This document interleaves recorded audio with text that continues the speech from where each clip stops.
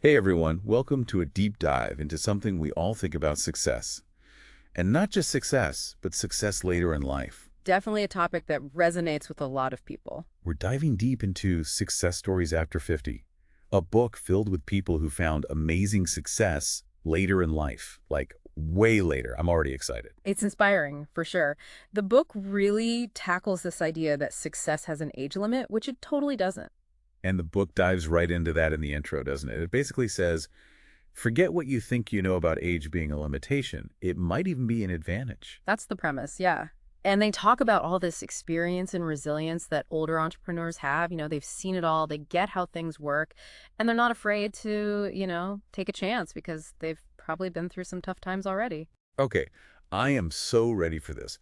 We're going to hear about people who jumped into totally new careers later in life, others who hit roadblocks that would have made most people quit, and some who did amazing things most of us wouldn't even dream of at any age. Right. Like your potential doesn't expire, it might even get stronger as you get older. So are we ready to ditch all those old ideas about age and success? Let's hear about some people who show us what it really means to thrive after 50. This book is seriously like a guide to reinvention, packed with stories of, like, late bloomers, people who just dove into totally new fields. And it shows how, what you're into can totally change over time. Like Vera Wang, she was a figure skater, then a fashion editor, Okay, yeah. but she didn't start her fashion line until she was 40. 40, that's a big jump. Yeah, but get this, at 50, she launched her wedding dress empire. No way. Vera Wang. As in the Vera Wang. The one and only. It's like the book talks about how what you're good at, what you're passionate about, it gets clearer as you get older. Vera Wang, she's like the poster child for that. Never too late to just go for it. Ready for another one? Lay it on me. Ever heard of Momofuku Ando? Can't say that I have. You've definitely had his invention, though. Founded his company at 48. But at 61, he gave the world instant noodles. Hold up. Instant noodles.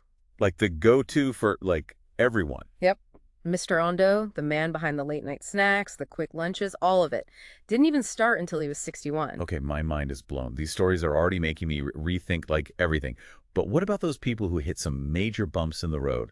The ones who prove that giving up is not an option, no matter what. Oh, the book is full of them. It's almost like those setbacks, especially later in life, they just fueled these incredible success stories. Take Colonel Sanders, for example.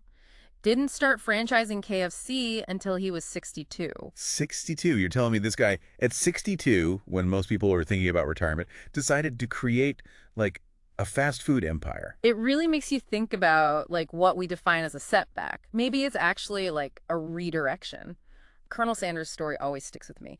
Speaking of bouncing back, this next theme in the book, persistence pays off. There's one guy who really embodies that. Okay, I'm intrigued. Tell me more. Bernard Marcus. You familiar with the little place called Home Depot? Only every time I need to fix something. Wait, are you serious? I am. This guy gets fired from a senior role at, get this, a home improvement company at 50 years old. Oh, man.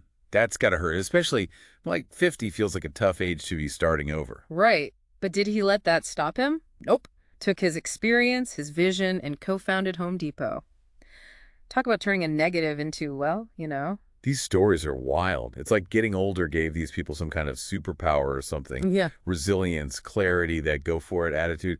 You don't see that as much when you're younger, Were there any stories that made you rethink what's possible no matter your age? Oh, tons. Fojit Singh, for instance, became a marathon runner. Get this, at 89 years old. You're kidding. A marathon? That's insane. Yeah. Makes my excuses for skipping the gym seem kind of weak now. I know, right? And if that's not enough, Peter Mark Roget published Roget's Thesaurus, the one we all use in school, at 73. Thesaurus guy. It's 73. Come on, that's unbelievable. I know. These stories just show so much energy and drive. It's like age doesn't even matter. They're not just succeeding, they're changing the game entirely.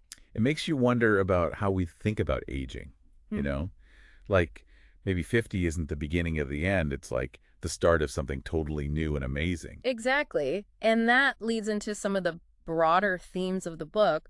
Want to dive into those a bit more? So many incredible stories. It's right? Like, it makes you wonder, what's the takeaway here? Right. It's easy to hear these amazing stories and be like, good for them, but what can we learn from these people? What makes them so different? One thing that really struck me is how different all their backgrounds are and their paths to success. It's not just like CEOs and entrepreneurs, Yeah, yeah. We're talking artists, athletes, people who totally reinvented themselves in ways I never would have thought It's of. like their age doesn't even matter when you look at what they've accomplished. And it just blows that whole one right path idea out of the water. Right. Some of them, they had success early on, messed up, then found it again later. Others, they had to wait like decades for their moment. That's actually really reassuring to hear. Right. Like, it's okay if my path is kind of, I don't know, all over the place. Absolutely. The book is all about that unpredictable journey. And it's like those unexpected turns, especially as you get older, they make you stronger, give you a different perspective. Yeah. It's funny, we always hear about how aging is all downhill, but these stories, it's like they highlight all the good stuff. What I found so inspiring was their confidence. They never gave up on themselves, even when things got tough. Okay, so out of all these stories, was there one that, like, really stood out to you? One that maybe changed how you think about things? Oh man, that's a tough one. But if I had to pick, I think it's got to be Fajr Singh. The marathon runner, started at 89. It just blows my mind. I know, right? It really makes you think, like, what am I limiting myself for? Totally. And the book is all about that. It's never too late to go after what you want, no matter how old you are, no matter what other people say. We've been talking about entrepreneurs and careers, but this whole idea of success after 50 could apply to anything, right? Exactly. Love, creativity, anything you're passionate about, it's all possible. This deep dive has been amazing. It really feels like we've only scratched the surface of what's possible after 50. It's never too late to chase your dreams. We'd love to hear your thoughts. Which story resonated with you and why? Head over to our social media and let us know. Until next time, keep exploring, keep dreaming, and keep diving deep.